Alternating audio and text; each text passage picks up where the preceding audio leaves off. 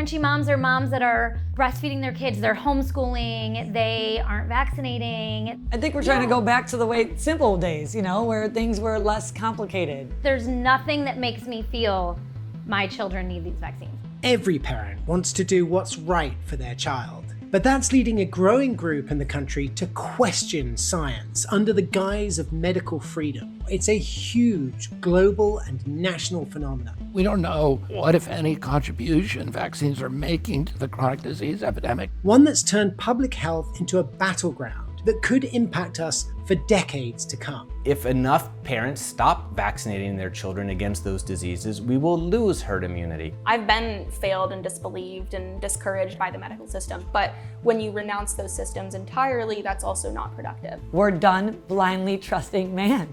We are only blindly trusting God, and that's it. I'm Will Carlos, and I've made it my mission to examine how extremist movements are gradually becoming mainstream in America. This is extremely normal. In many ways, Brandy Bright and April LeConte are your average, thoughtful, protective moms. Super careful about what they and their children eat and how it's cooked. If we do something that's white, that's better. It probably has titanium dioxide in it, but it's better. We only cook with cast iron or stainless steel. I only use glass because plastic has forever chemicals in it. They try to shop at the farmer's market whenever they can.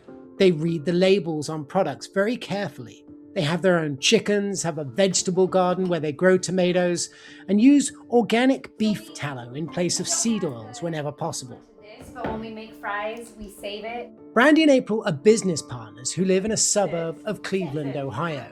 They're advocates for a natural, healthy lifestyle that they and others within their movement have given a distinctive name.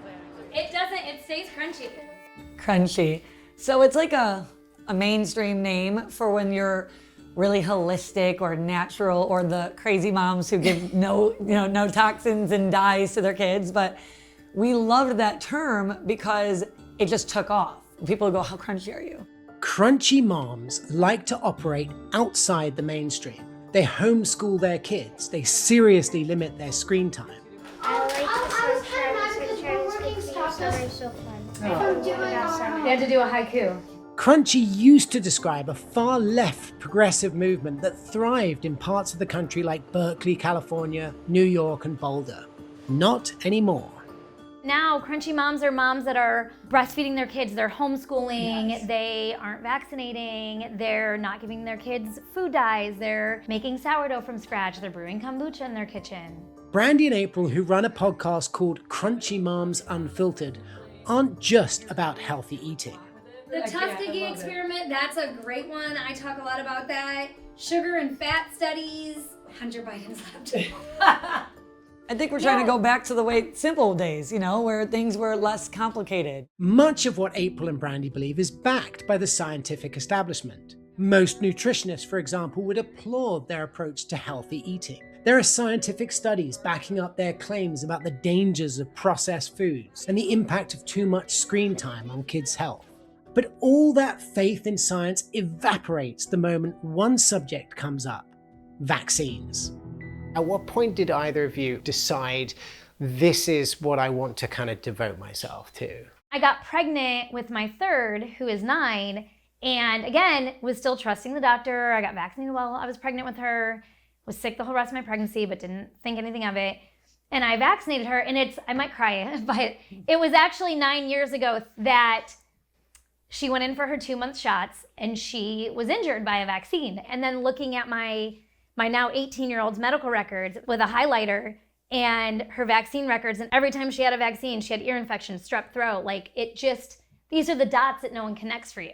This is all about trust in science, right? It's all about who do you trust and what do you trust? Mm-hmm. And you guys have a few Instagram posts about this that I noticed. There was something like, if they're lying to you about this, what else are they lying to you about? Or if this isn't true, how can we believe this? Who do you trust and why do you trust them? Do I believe the science of vaccines is huge and could save lives? Yes.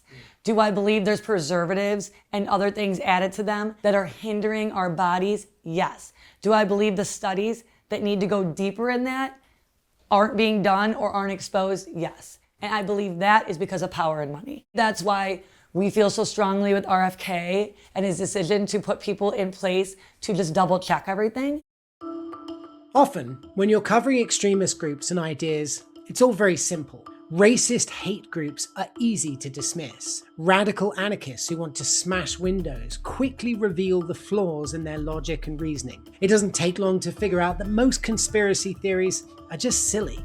They've long been debunked. But sometimes there's a grain of truth in the conspiracy sack, a kernel of legitimacy in amongst the chaff. And that's what's happened with Health and Human Services Secretary Robert F. Kennedy Jr.'s Make America Healthy Again movement. The MAHA movement has taken stories like Brandy's, rare instances of children apparently being harmed by vaccines, and used them to question the long-established science of vaccines. As the movement's grown, it's embraced more and more conspiracy theories, even some that have long been disproven by countless studies.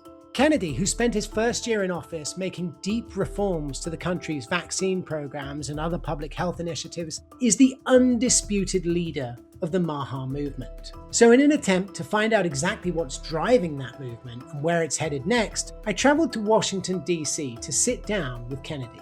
First of all, because there's a lot of skepticism and confusion about this, are you anti-vaccine? No, I've never been anti-vaccine. My concern is that we should properly safety test vaccines so that people understand, and we are able to understand, the risk profile for these products. We know that many vaccines prevent disease. If you get your measles vaccine, your chance of getting measles goes down by 97%. When I was a kid, we gave 3 vaccines. I got 3 vaccines and I was fully compliant. Today's children get between 80 and 92 vaccines.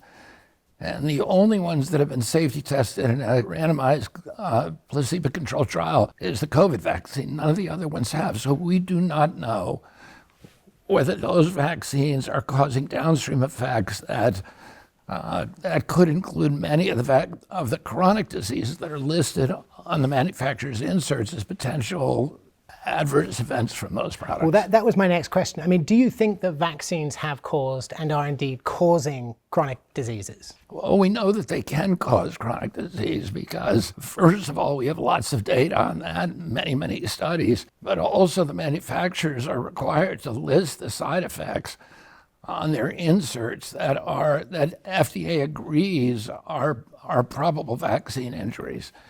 And there's over 1,000 side effects, and they include many of the diseases like diabetes, like neurological disease, ADD, ADHD, speech delay, language delay, tics, Tourette syndrome, and autoimmune diseases, and fertility issues that are now chronic in our children. So we don't know what, if any, contribution vaccines are making to the chronic disease epidemic, and that is something that we need to find out. But that's a crucial difference. We don't know. So you're not saying that they definitely cause them. You're saying we don't know, we want to study it. We know that certain vaccines can cause those issues in some patients, but we don't know enough about, we've never quantified that, so we don't know. What was the last vaccine you yourself had? I took a lot of flu shots up until probably the mid-1990s. I was getting a flu shot every year. Why'd you stop?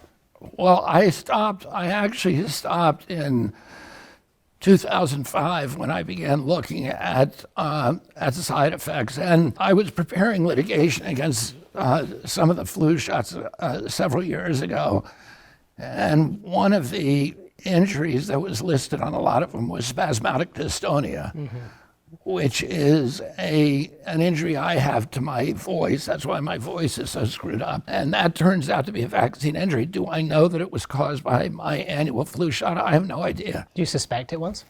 It's a possibility. It's a potential culprit that I cannot rule out. So, but I can't prove it. And I'd like to know. We should have that data, but we don't.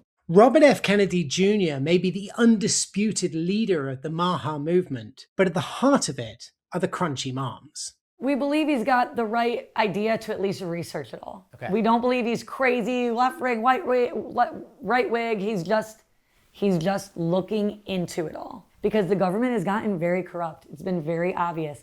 There's people in place that were not doing what they're supposed to be doing.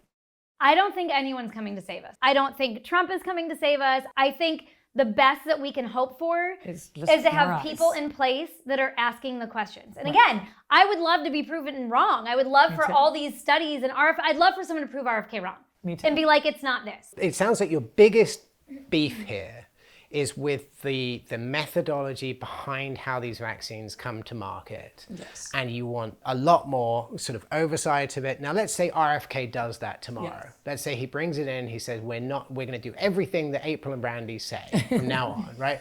Would you, if that came in, would you then give your kids vaccines? Why not? I don't feel that we need them. There's nothing that makes me feel my children need these vaccines. I mean, my 9-year-old hasn't had any since she was 4 months old. Yeah. We haven't dealt with any of the diseases, okay? I'm not scared of the chicken pox or the measles. If the vaccines truly work and you're protected, then us being unvaccinated shouldn't affect you. We met with some of these crunchy moms and I asked them, I said, look, if we did all the testing in the world on vaccines, if we did everything you want to do, everything that RFK wants to do, would you give your kids the vaccine? And they said no. They said even with the testing, we still wouldn't. Do you have a message for people who think that way? And do you think that way as well? Well, I think we need to have the data before I put out any message. What we've done recently under President Trump's orders is to condense the vaccine schedule, the vaccines that we consider the most important. And those are vaccines that cause infectious diseases that spread very easily and that children are most vulnerable to. So we advise them to take those vaccines. For people who don't care to do that, we want to make sure that we can treat those diseases when they do appear. Brandy's unique circumstances help explain her own personal medical decisions when it comes to vaccines. But stories like hers have also inspired legions of other crunchy moms to go down a similar path. Every parent wants to do what's right for their child. But that's leading a growing group in the country to question science under the guise of medical freedom. That's not something wacky or strange anymore. It's a huge global and national phenomenon, one that's turned public health into a battleground that could impact us for decades to come. One problem with vaccines is the good that they do is invisible, right?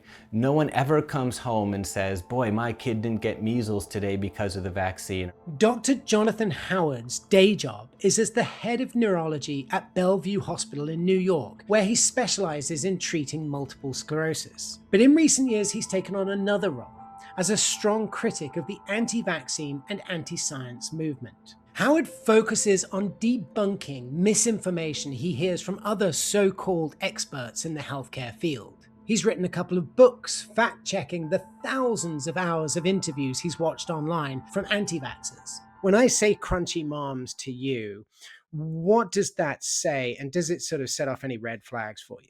Well, first of all, I think it's important to note that the vast majority of parents still want to vaccinate their children. It's a small number of parents who refuse all vaccines. So when we say the anti-vaccine movement is winning, we have to be very clear that fortunately they're still not. But it has sort of since merged with a sort of MAGA movement, that the idea that anything that is natural is by definition good. Anything that is unnatural is by definition bad.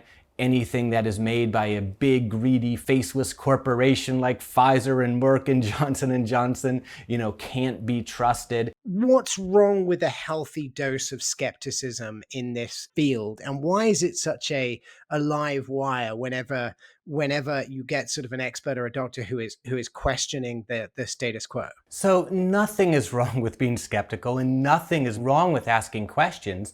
The problem is when you don't accept the answers. So these are not people who are questioning things in good faith. These are people who are starting out with a conclusion. They are starting out with an agenda, and they are working backwards to try to retrofit data to pre-fit their conclusions. I am just asking questions about the shape of the earth. I am just asking questions about, whether smoking is bad for you. So these are tried and true denialist techniques to portray themselves just as sort of curious, skeptical people, and that doctors in white coats do nothing but, shame parents and mock parents and scold parents or profit by giving vaccines.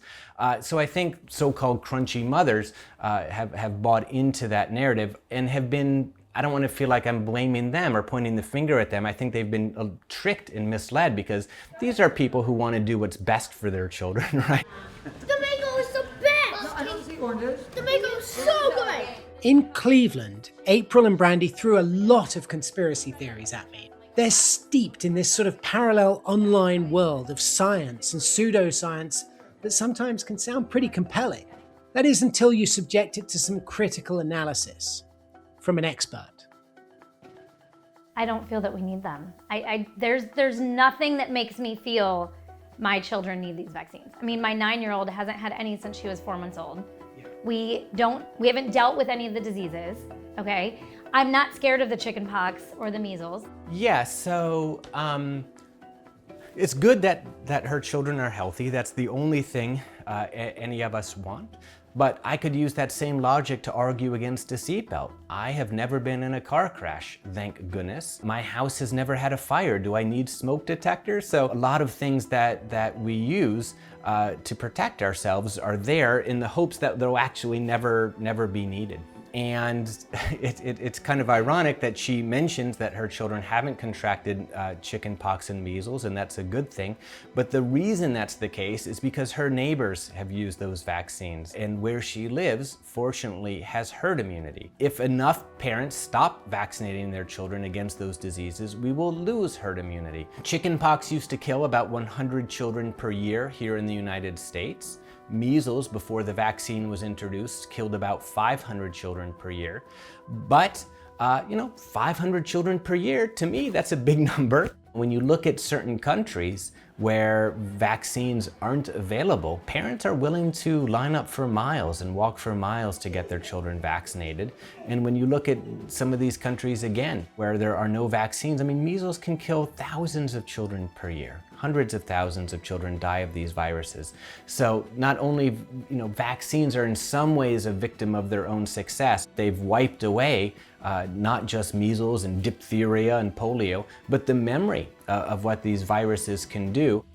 When I was in Cleveland, I tried to really press April and Brandy on their research and why they believe the generally accepted science when it comes to nutrition and food, but not when it comes to vaccines. On the nutrition side, anyone can easily find any number of reports from big scientific institutions that say pretty much what Brandy and April say about things like heavy metals or food additives. There are also plenty of cases where distrust in the food industry has been proven accurate. But when it comes to theories about the dangers of vaccines, there's really no such body of established scientific research to back up their claims. You guys have come to very similar conclusions for both of those things, but the research tracks, I would argue, are different. I think you have to go down a certain track of research to believe the things that you believe about vaccines. Generally speaking, one who hasn't had that personal experience needs to go down a different research track to reach those conclusions than they do with nutrition. And that's what confuses me. I guess it's what you're looking for. I think if you wanted to look for something that said cherries aren't that bad, you'd find something that says cherries aren't that bad. But should getting to the truth be about searching for what you're looking for, or should it be looking for the truth? But you are very, I personally, with all due respect, feel you are very certain in what you feel. And that is why you are feeling that way, and that is why you are seeing the research you're seeing. And that's pretty much the crux of it. Moms like April and Brandy believe the rest of the world is misguided and brainwashed when it comes to vaccines. We blindly trust the scientists and the government to tell us what's right and wrong. Because of their experiences, they say, they're done doing that. We did blindly trust the system. The system is broken. I think we did blindly trust the food is broken. Both lead us to health issues, correct? So we're done blindly trusting man. We are only blindly trusting God, and that's it. But is this really the only way to be crunchy? Or is it possible to embrace the holistic ways of living healthy and eating clean, reading food labels and doing yoga, while also trusting established doctors and medicine? One person I talked to has embraced a crunchy lifestyle, but is also a proud advocate for medical science.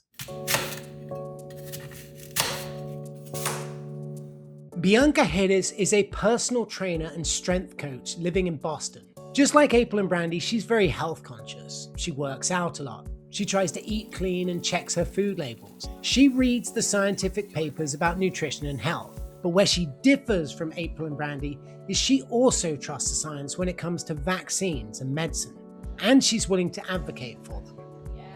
So to be very clear, you're not a healthcare industry shill, right? I mean, Correct. You're there to help people navigate and question and sort of make the best of a healthcare industry that you're healthily skeptical about. Yeah, right? absolutely. I would say for better or worse, I have never worked in the healthcare industry. I didn't go to nursing school. My background is largely academic, and I take a lot of pride in being someone that, not to use the crunchy mom term, but I do a lot of my own research, and I do a lot of looking into what the health industry means and how to navigate it appropriately. In between her day job as a personal trainer, managing her clients' progress and giving advice, Bianca's a content creator with a growing audience online.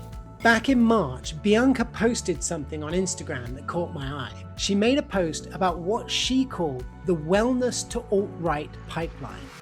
As somebody that has done a lot of research into nutrition, and also somebody that has autoimmune conditions and food allergies, there are absolutely times where I could see myself, retrospectively having fallen down a similar pipeline, because it's very scary to feel like you're not sure what's going to be the right thing for your health or the right thing for your body. But I think that what is often seen in nutrition is it's simpler choices. It's not as difficult to say, okay, I'm going to eat more vegetables, or I'm going to cook more at home, or I'm not going to use these oils. It's very this or that. You make a very one-to-one substitution of your choices. Would you also acknowledge that it probably behooves people, and especially mothers of children, to be skeptical of and questioning of that industry and the food that they're told they should be giving their children? I think that on paper, there's a lot of commonality that we can find, especially, again, as somebody with my own health issues. I've been failed and disbelieved and discouraged or even gaslit by the medical system many times. And it would be very easy for me to say, it doesn't work, or they're lying, or, there's these systems Why do you still trust it though? Trial and error. I absolutely have experience being told, oh, just take this medication or just do this thing, and nobody addresses diet. Nobody addresses how you're moving in your life or your stress level, things like that. I don't have kids, and I've never had bad reactions, and I don't know what that would feel like, but I do know what it feels like to trust a doctor and have them hurt you, either mentally or physically. But when you renounce those systems entirely, that's also not productive. I think it's possible to embrace both schools of thought, and the polarization of picking one over the other is more concerning to me than any one issue within the matter. Don't throw the baby out with the bathwater. That's kind of what Bianca's saying. It's okay and right to do your research when it comes to both how to feed and when to medicate your children, but don't point at the established science for one and dismiss it for the other. And Bianca also makes an interesting point about equality and respect when it comes to the relationship between parents and doctors. That might be a key factor needed to help rebuild trust in medicine, vaccines, and science. April and Brandy agree with that. I was very lucky with my daughter's pediatrician when she was injured, and I went in there and said, we no longer will be doing these vaccines, and here's why. She treated me like an equal, like I had a say in my daughter's, that she trusted my instinct as a mother, and she trusted that I had done a ton of research. But many parents can't say that. Many parents are kicked out of their doctor's office, they're shamed, they're tormented. And so I think if doctors That's what were I'm saying. kinder If we had more and had the kindness, we wouldn't compassion have and any said, problem. okay, let's work through this, I think that things would be different, but that's just not the world we live in.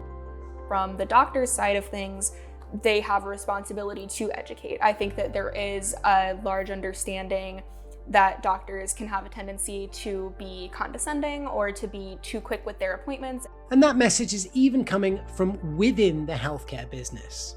What do you think your industry needs to do to bring those people back on board, to re-cement the trust and the faith Doctors are not blameless. Our profession has made mistakes. I think the most important thing doctors can do is to maintain good relationships with their individual patients. Individual doctors are much more trusted than the medical profession at large. Doctors have to act as ethically as possible, both on a societal level and on an individual level, but the forces that we're up against are very powerful. They are very well organized, and they use appeals to emotion very effectively. So if you watch anti-vaccine movies, you will see images of poor children crying and bereft parents.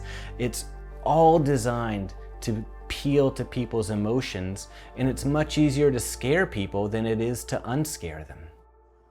Do you ever have any concern? Do you ever sort of sit up at night thinking whether the things that you're putting in place could have ill effects to health, could lead to people dying? Well, you know, my job as HHS Secretary is to tell the truth to people and then to let them to make up their own minds. But for an agency like this to be effective, it has to have public credibility. And right now, it has very little public credibility because of all the lies that were told during COVID. People who said, I better tell people lies if it's going to get them to do something that I feel that they ought to do. We live in a democracy, and part of the responsibility of living in a democracy is to do your own research. Are you ever concerned, though, that following that truth, that going down that line could have ill effects, even if you didn't intend them? Like, does that worry you? But we don't have any choice but to tell the truth. Okay. What is the other choice? That I'm going to manipulate people? You are urging me now to manipulate people, and that is not, and to lie to people for their own good, and that is not something that I think is a legitimate government function. Oh, you don't mean me, right? I'm okay. saying Yeah. you. Yeah. You're asking me that question. Yeah. You're suggesting that maybe it's okay for me to lie to people. Oh, not at all. That Well, wasn't you were what I saying. meant. No, that's not what I meant at all. concerned if I tell them the truth, they're going to do the wrong thing. The implication there is that I should lie to them if they're not going to do the right thing. Oh, I see what you're saying. Okay, I see what you're saying. And we're not Yeah. going to lie to people here. Okay, so you're saying as long as you follow the truth. You follow the truth, whatever happens, happens.